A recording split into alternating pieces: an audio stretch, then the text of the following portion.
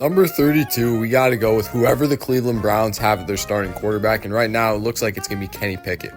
Pickett has done nothing in his career to make me think that he will be a capable starter, especially for the dog-water Cleveland Browns. He was unable to win games in Pittsburgh as a starter, and the few games he started for the Eagles when Jaylen Herz was out, he lost. So yeah, the Browns might be screwed because they have no distinct plan at quarterback, as they have about 5 solid backups, but not a clear-cut starter in this quarterback room. Next, at number 31, we got Tyler Shuck. I guess that's how it's pronounced. I'm not even really sure. The guy from Louisville is a solid quarterback. We've seen that in his collegiate days, but an NFL starter, I'm not so sure, especially in this putrid New Orleans Saints team. He's not going to be very good considering the Saints' state of their organization, and I think he's clearly a bridge quarterback, as they likely are going to tank for a quarterback like Garrett Nussmeier or even Arch Manning down the line. His rookie status also makes him extremely hard to rank, as he comes in at number 31. At number 30, we got Anthony Richardson. I really hate to do this to AR5, because if he can lock in and actually lock in, he can be one of the most fun players to watch in all of football. But this guy cannot stay on the field. He struggled with injuries last year. He tapped out of a game, which is a big no-no in the NFL, and he's already injured in training camp. That's why Danny Dimes is taking the first team reps. Even when he's on the field, he is literally the most inaccurate quarterback in the league, making him really a single threat with his running ability. Number 29, you got Aaron Rodgers. Plain and simple, Aaron Rodgers is washed past his prime, and we'll never see him play like the MVP Aaron Rodgers that we used to. Rodgers was surprisingly inaccurate with the New York Jets, considering that this offense was pretty much tailor-made to match his skill set. If you can't win games with Garrett Wilson, Devontae Adams, Breece Hall, all those weapons in the New York Jets offense, then there's absolutely no way you're going to succeed in this lackluster Steelers offense. I'm going to go out and say that this is Rodgers' last season in the NFL. We're starting to get to actually some really solid quarterbacks on this list, but unfortunately, I got to put Justin Fields at number 28. A lot of people sleep on Justin Fields, but he actually had a really solid 2024 season. Fields improved his accuracy and passing ability to go along with his stellar dual threat running ability, and was able to win some games for the Pittsburgh Steelers while Russell Wilson was injured. With that being said, just based on what we've seen in his career, I got to put him at 28 because there are better quarterbacks out there than Fields.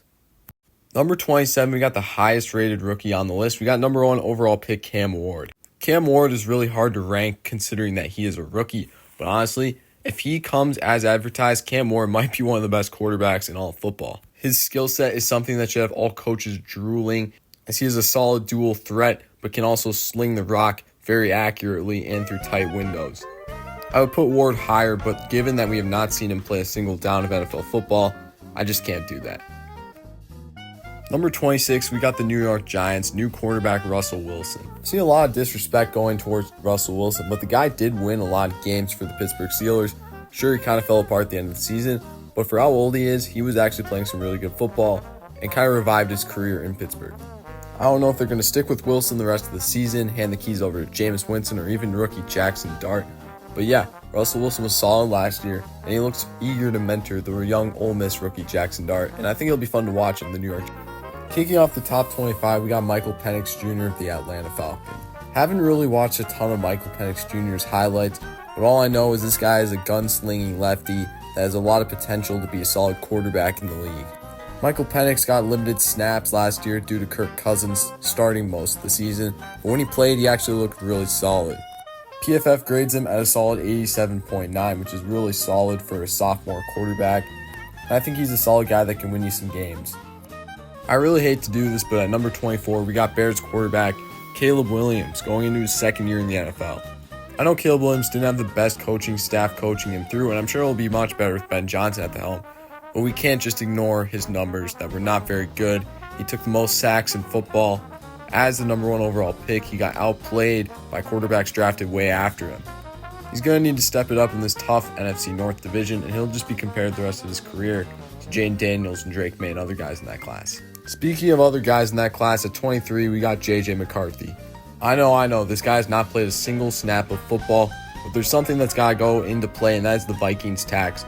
Kevin O'Connell knows what he's doing with quarterbacks, and J.J. McCarthy has so much talent. I think he's going to get the absolute most out of J.J. McCarthy, and I think the Vikings tax is enough to get him all the way higher than Caleb Williams and other quarterbacks like that.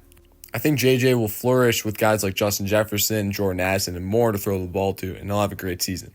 Number 22, we got Kyler Murray.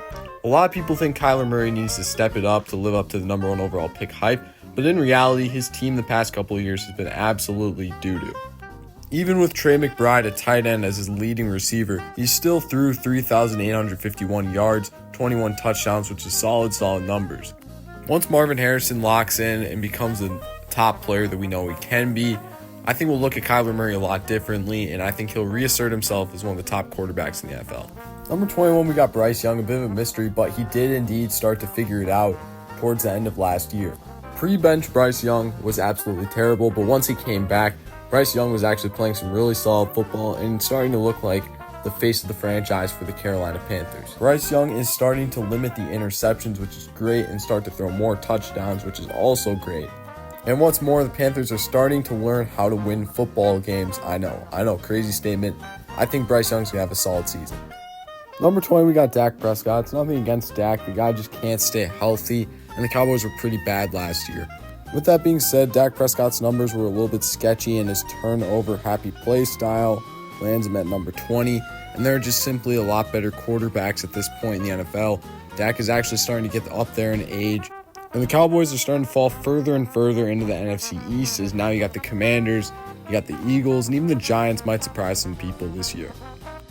Coming in at number 19, you got Drake May. Sure, Drake May did not win Patriots a lot of games, but he showed so many good flashes and was actually put up really solid numbers for the New England Patriots. Drake May is your solid modern-day quarterback who can sling the rock well and run. I've made a whole video on him. This guy's just solid, put up some solid numbers, and a lot of the interceptions he threw shouldn't have even been interceptions. It's just the incapability of his wide receiver core that ended up turning the ball over for him. Drake May's a dog. Coming in at number 18, got a big dropper in Tua Taga. Gosh, I just feel bad for Tua because this guy cannot stay healthy. Tua's pondered retirement, and honestly, I don't blame him after the amount of concussions that his head has suffered. It's just not safe to play football at this point, and the risk of CTE in the future is just too high. With that being said, Tua's numbers were sus last year, and the Dolphins just simply weren't winning games, even though they have possibly one of the greatest offenses the NFL has ever seen. Coming in at number 17, you got Sam Darnold, the guy who's in MVP talks. It's kind of crazy to see him drop all the way to 17, but yeah, there's definitely some reasons. If it wasn't for the last 2 weeks, Sam Darnold may have been in the top 10, but yeah, those last 2 weeks he played were absolutely atrocious, and who knows what will happen now that he's out of the foolproof Kevin O'Connell system. I still think Sam Darnold is a solid quarterback option, and I think the Seahawks should be very happy that they got him.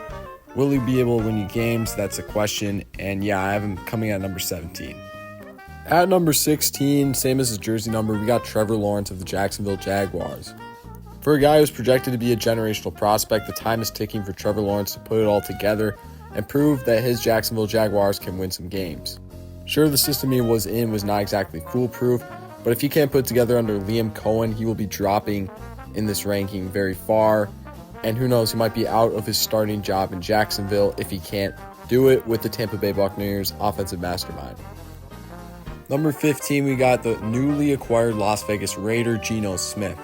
Gino Smith pieced together another solid season for the Seattle Seahawks, but it did not translate into wins, as he had a tendency to throw some costly interceptions and not be the most efficient quarterback, as his QBR was only 53.8. I don't like Gino Smith's chances of expediting his production now that he's in the Las Vegas Raiders offense, as there aren't nearly as many options to throw the ball to in Vegas as in Seattle. Coming in at number 14, we got the Denver Broncos' Bo Nix. What a season it was for Bo Nix last year. As if it were for any other year, Bo Nix likely would have walked away with the Offensive Rookie of the Year award. Bo Nix had the best starting season for a Broncos quarterback since Peyton Manning, and he looks like he could be the first franchise guy since that era. Sure, he is due for a sophomore slump, but these numbers are too good to ignore for a rookie. Nix led his Broncos squad to the playoffs, and I believe he will help them succeed next year. Number 13, Mr. Irrelevant himself, Brock Purdy. The San Francisco 49ers had a very disappointing season last year, but we know what Brock Purdy can do and what he's like at his best, and when his weapons are all healthy and at their best as well. Christian McCaffrey's injury issues, as well as some of his other weapons, definitely led to a lackluster season for Brock Purdy, but nevertheless, his numbers were still pretty solid, and Purdy has proven that he can be a capable starting quarterback year in and year out, even being the last person drafted in his class. Coming in at number 12, the ultimate system quarterback, Jared Goff. Sure, I feel like Jared Goff is definitely a benefactor of the elite offense he was in, but what can I say when Jared Goff is posting some really great numbers with the Detroit Lions? Jared Goff was second in passing yards only to Joe Burrow this year, as he was bombing the ball downfield with ease.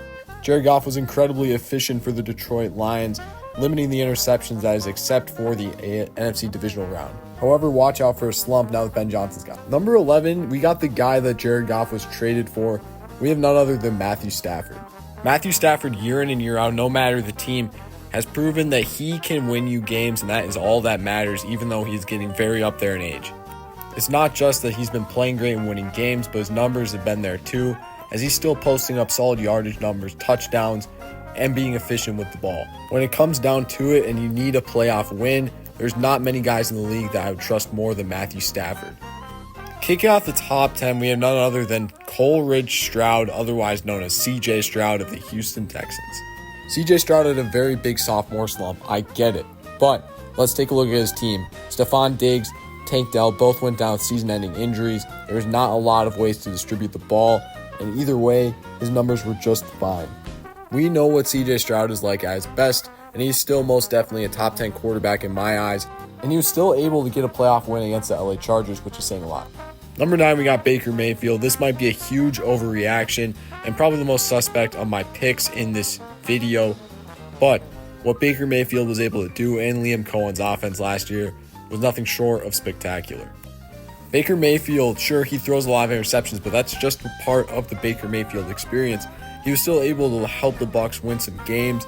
His dynamic play style fits perfectly for the offense he's in with Mike Evans, Chris Godwin, now Emeka Egbuka to throw the ball to. He's just been solid. Now coming in at number 8, we have one of the best pure passers in the league in Jordan Love. Jordan Love is just a fun quarterback to watch, how he threads the needle with the deep ball, and when he's on his A-game, he's on his A-game and will be dissecting your defense for the duration of the game. Jordan Love has proven that he is no joke. It's just too bad that he's in too competitive of a division where the Packers placed third last year. Coming in at number 7, we have Justin Herbert, who has been dubbed If Man because the guy cannot get it done in the playoffs. But playoffs aside, Justin Herbert was still elite in the regular season and has proved that he is consistently one of the best regular season quarterbacks that we have seen in the NFL in the past 10 years. Despite a shift in the offensive regime and a run-heavy offense, Justin Herbert still tallied some great numbers that we have seen him do his entire career. And he's limited the interceptions except in the playoffs. If Justin Herbert is the ultimate playoff choker, then Jaylen Herz is the ultimate playoff riser.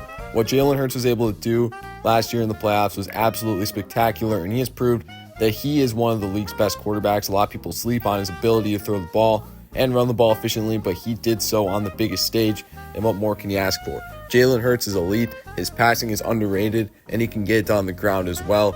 Jaylen Herz is much deserved number 6 spot on this top ranking. At number 5, probably the most talented quarterback in all of football, we got Patrick Mahomes. Why he's at number 5? That is because his regular season numbers were actually not very good last year. That is for Patrick Mahomes standards, and there have just been better quarterbacks with better numbers, especially considering that Patrick Mahomes ended up to go on and lose the Super Bowl to the Eagles. He's dropping all the way to number 5. I wouldn't say it is totally on Mahomes' shoulders because the Chiefs front office has done very little to get him weapons he needs, but he is at number 5. At number 4, we got possibly the greatest rookie quarterback of all time, Jayden Daniels. What Daniels was able to do last year was absolutely spectacular. In his rookie season, he was able to run the ball effectively and pass the ball effectively, and was very efficient with the throws he was making with a completion percentage of 69%. He was able to lead his team in passing and rushing yards, and the only quarterback that had more rushing yards was none other than Lamar Jackson. Of course, the cherry on top was that playoff win against Detroit. This guy's elite. Number 3, we got the reigning MVP, Josh Allen. Yeah, we got Josh Allen behind 2 other guys, and that is because I think that MVP was mainly because of voter fatigue. But with that being said, Josh Allen did have a very good season, leading to the Bills to playoff success, although they did lose to the Chiefs again. But yeah, Josh Allen's numbers are still elite. His skill set translates perfectly to the modern NFL, and he was able to get it done and have an MVP season without a clear-cut wide receiver one, except maybe Amari Cooper. This guy's a stud. At number 2, we have Joe Burrow. Gosh, I feel so bad for Joe Burrow. What Joe Burrow was able to do last year was absolutely insane. He had one of the best quarterback seasons statistically of anyone in NFL history, passing for 4,918 yards, leading the league, and he had a 300-yard difference between the next guy. However, the Bengals defense is so putrid that with these numbers, Joe Burrow did not even make it to the playoffs. Joe Burrow is the best pure passer in the NFL right now, and he's going to go on to do great things if the Bengals figure it out. That means coming in at number 1, we have the should-have-been MVP Lamar Jackson. Lamar Jackson is just an absolute monster built in the lab. This guy can do everything good. He is the best rushing quarterback of all time, but he can also pass the ball insanely well. He had the highest QBR in all football last year.